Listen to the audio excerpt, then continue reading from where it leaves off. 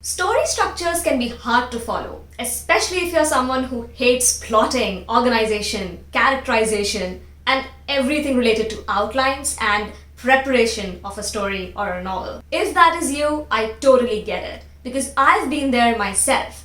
I used to hate organizing and plotting because I used to think that this would take out the fun from writing for me. However, my view changed when I came across this specific structure called the ABDCE structure. This is the simplest and easiest story structure that you will ever learn. And in this video, I'm going to teach you what exactly the ABDCE structure is and how you can use it to the best of your advantage. So the ABDCE structure is actually a permutation that stands for A, action, B, background, D, development, C, crisis or climax, and E, ending. If you don't understand what those mean, don't worry, because I'm going to take you through each one of them one by one, explain what it means, how to use it, and then after that, I'll share with you one story outline, a story example that I have written myself using this structure. Let's get started with ABDCE structure, and the first one is action. You begin the story with a high intense action scene. And to clarify, action here does not mean fighting scenes. It rather means that your story opens with a character performing an action that is crucial for the story to even take place. It doesn't have to be as big as a car chase. It can be as simple as your character opening the door to go visit a friend. Any action, any movement that tells the reader what your character wants or desires by doing this action. The aim of action is to put your reader right into the middle of something your character is up to and to hook the reader with curiosity. So now, think of an action. Immediately, think of a random character in your head and think of an action that they're doing. As I said, it could be as simple as just opening the door and entering a place. Just make sure it's something crucial, something that is right in the center of your story. Next, we'll move on to background. This is when you reveal why your character is doing the action, or you describe the events that led your character to this action. Why are they doing what they are doing? What's their intention or motivation for this task? The aim of background is to create a sense of emotion and bring your characters to life. This is where you can add as much backstory as you want to forge a connection between the character and the reader. After background, your reader must genuinely care about what happens to your character. So background is usually the most fun part. This is the part that I love most, because here you get to carve a person, a character. And a character is actually a real person who is in your mind. When you think about your character doing an action in the first point, now think about why they're doing what they're doing. So if your character opens their door to go visit a friend, think about why would they want to visit that friend? What pulls them in that direction? Is there a specific intention why they want to go visit this friend? Is this friend a childhood friend that has suddenly come into town? Something like that, or anything. Choose any background you want for this character. And let's see how the story unfolds next. So next is development. After background, you will unfold the consequences of the action. Something has to go wrong, or obstacles need to arise in the character's path. Are they stuck somewhere in their journey? You can add multiple layers to this element, since development is the major portion of your story. Feel free to have more than one obstacle in the way. The aim of development is to show the result of action and engage the reader's concentration. So this is the middle of your story. This is the part where readers are most engaged with the story. Because first, they know what the character is doing, they know why they are doing it, and now they will learn what happens when they have done that action. So, for example, when your protagonist opens the door to go and visit this childhood friend who's back in town and who has had a huge history with your protagonist, they went to school together and they probably got separated in college, and now they are meeting after 15 years. After they've been married, after they've had probably kids, or they have very different lives, and now the protagonist is going to meet their friend.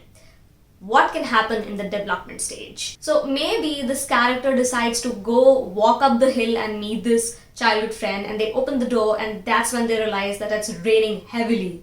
That's an obstacle. That's one type of obstacle. It's an external force. But you could have an internal obstacle as well.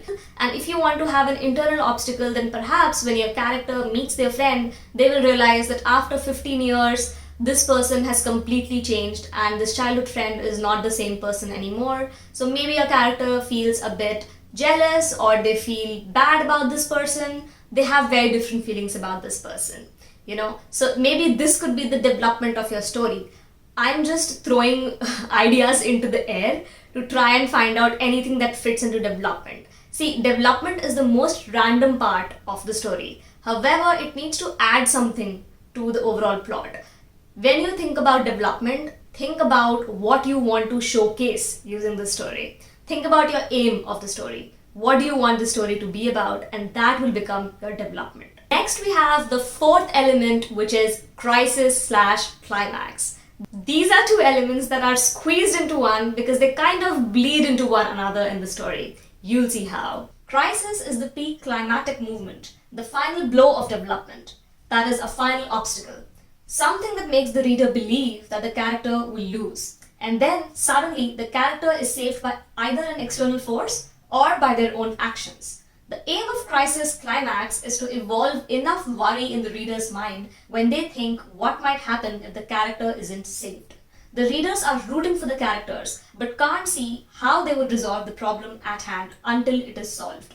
So now you can see how they actually bleed into one another, because with crisis you have a final obstacle, which is the biggest obstacle of all. Towards the end you have a final obstacle that the character has to resolve. This is an obstacle that should make your reader think that it is quite impossible to resolve for this particular character. So for example, your character who visited their friend and now are feeling jealous because apparently this childhood friend is super rich, and our protagonist is feeling jealous and they have a bunch of different internal obstacles. Let's say they do something externally, they have a big crisis blow that they themselves suddenly have become bankrupt. That would be a proper crisis. This is going to make your reader think, how is your protagonist going to be saved by this financial big problem? Because they're also jealous of their friend. They have this ego that they will try and prove to be better than their friend. How will they resolve this issue? They're not going to ask money from their friend, but they want to be as rich as their friend. How will they ever resolve this issue? That could be your crisis part. And then we have climax part. The climax part which is the solution. This is where your character finds the solution to their problem. This could either be an external force or it could be their internal struggle or their internal action. So for example, in the same story, if you want an external force, so maybe this character decides to do something that will make their friend as poor as they themselves are. Or maybe they will decide to suddenly invest in some stocks that will suddenly peak up and make them even richer than their friend. I know it's very dramatic, but it can happen in a story, right? It can happen. So think about something that would resolve. And which of these endings, these hypothetical endings, should you pick? That we can learn using the last element called the ending. It is the final closing scene after the problem is resolved. The aim of the ending is to showcase how well or worse things turned out for your characters in the end. The aim of the ending is to leave the reader with a final emotion. You can choose this emotion depending upon your overall aim with the story. How do you want to leave the readers? That is the question you should be asking yourself when you decide your climax and your ending. So the best way to explain the ending would be to take another hypothetical idea, perhaps the same story that I have been forming. Think of the two options that I gave you in the previous point. How can you end it? For one, you could end it showing that perhaps this character, this protagonist, does something to their friend so that their friend will lose all their money and they would be as poor as the protagonist. If you pick this ending, what would be the emotion? What will be the emotion that you will be leaving your reader with? Think about that. If that is what happens, perhaps your reader is going to feel a bit bad for that childhood friend and your protagonist will turn out to be an unlikable person. That could be one way of showing it. That could be one emotion that you could show through the ending. Another way is to write the ending in such a satirical way that your protagonist's action of making the other friend poor can be termed as humor. I'm not saying that it's something to be ecstatic about, that somebody is poor. It's just that in this scenario, maybe your protagonist is somebody who does these kinds of things, these kinds of satirical things, and that would make sense. So you have to think about what is the emotion you want to leave your reader with. If you still don't understand any of that and you feel that there was too much of theory and I was just throwing random ideas out at you, don't worry, my friend, because now I'm going to share with you the outline of a story that I wrote, the first story that I wrote using this very example. Let's get started on that. One summer afternoon, when I was 7 years old, I went to the refrigerator to get some ice cubes. Notice how this action is very simple. This is the action. The character decides to go into the kitchen towards the refrigerator to get ice cubes. It is so simple, but it's very crucial to what happens next in the story. Have a look. Playing with ice cubes in summers was my favorite game. I used to smuggle them to my room, put them in an empty vessel, and stir them with a straw to make a clattering noise. When the ice melted, I would pour the chilled water all over myself and dance happily, clapping my hands and shaking my body. That's background. Notice how this creates a visual of this character in your mind. As a reader, you will be able to see this character doing these actions, doing all of these things that they usually do in the background. Basically, the aim of the background is to create a connection between the reader and the character, which I think I was able to do. This is just the outline. In the real version of the 4 to 5 page version, I think you'll be able to see how this pans out across 2 pages, how I'm able to elaborate on the background and description. You can add the description of how this character looks and so many other things, but for the sake of outline, I've kept it short. Being an extremely naughty child, I was accustomed to various strange fetishes, one being the temptation to lick the snowy freezer. Stealthily, I crept up, pulled out my tongue and swished it against the frozen ice flakes. A chilling sensation ran up my nerves, and my eyes sparkled with a newly found excitement. I did it again, and again, and again. That was development. Notice how the consequences of the first action are revealed. And the first action was that she wanted to go and bring some ice cubes. But what was the consequence? That led to another weird action that you just saw in development. So development does not mean that nothing is happening. It means that your character is still acting on their first crucial action. Remember that. So notice how that happened and that hooked the reader. Why would she want to lick the freezer? Engaged, are you? Let's see what happens next. Only this time, my tongue didn't leave the surface. I tugged on, but it wouldn't come off. I panicked and began wailing, croaking sobs through my dry throat.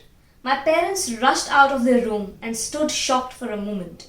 Once they recovered from the shock, Mom calmed me down while Dad poured some lukewarm water over my tongue, which then slipped off from the freezer. Notice the crisis and the solution, which in this case came from an external source, that is my parents. This was my story actually. So this is not just a character, this is my story. You can form any character that you want. So notice how the crisis, which was my tongue getting stuck to the refrigerator, was actually something that made you worried for a moment. This is an outline, so it feels a bit fast, but in the actual story, the tongue would be stuck there for 4 to 5 paragraphs, and the reader would be thinking, oh my god, what is going to happen to this child? So you have that worry aspect in the crisis, and then you have the solution, which in this case comes from an external source, my parents. So that is how you do your crisis and climax that bleed together, sort of. But yes, the ending. Let's see how the ending forms out for the story. My tongue felt numb for a few minutes, and then pain shot through my mouth in bursts. It had turned blood red, but there was no lacerated injury except for the red color. I was immediately rushed to the dentist, who grinned at me and prescribed a simple remedy, a cold compress with ice cubes. Notice how that left you smiling. Notice how a weird kind of story turns into a humorous story depending upon how I end it, depending upon how I decide to leave the final line at a humorous point, which was my goal from the beginning. So this is how you do it, my friends. This is how you do ABDCE structure, story structure, the simplest story structure that you can ever learn. In this one, I tried to keep it very simple so that I'm able to explain the concept to you all. But you feel free to try out the ABDCE structure in various formats, in various ways, adding many more layers and obstacles into it. And then don't forget to share your story with me in the comments. I can't wait to read your outlines. Alright guys, this is me, Srishti Rathour, signing off. See you in the next video. Bye bye.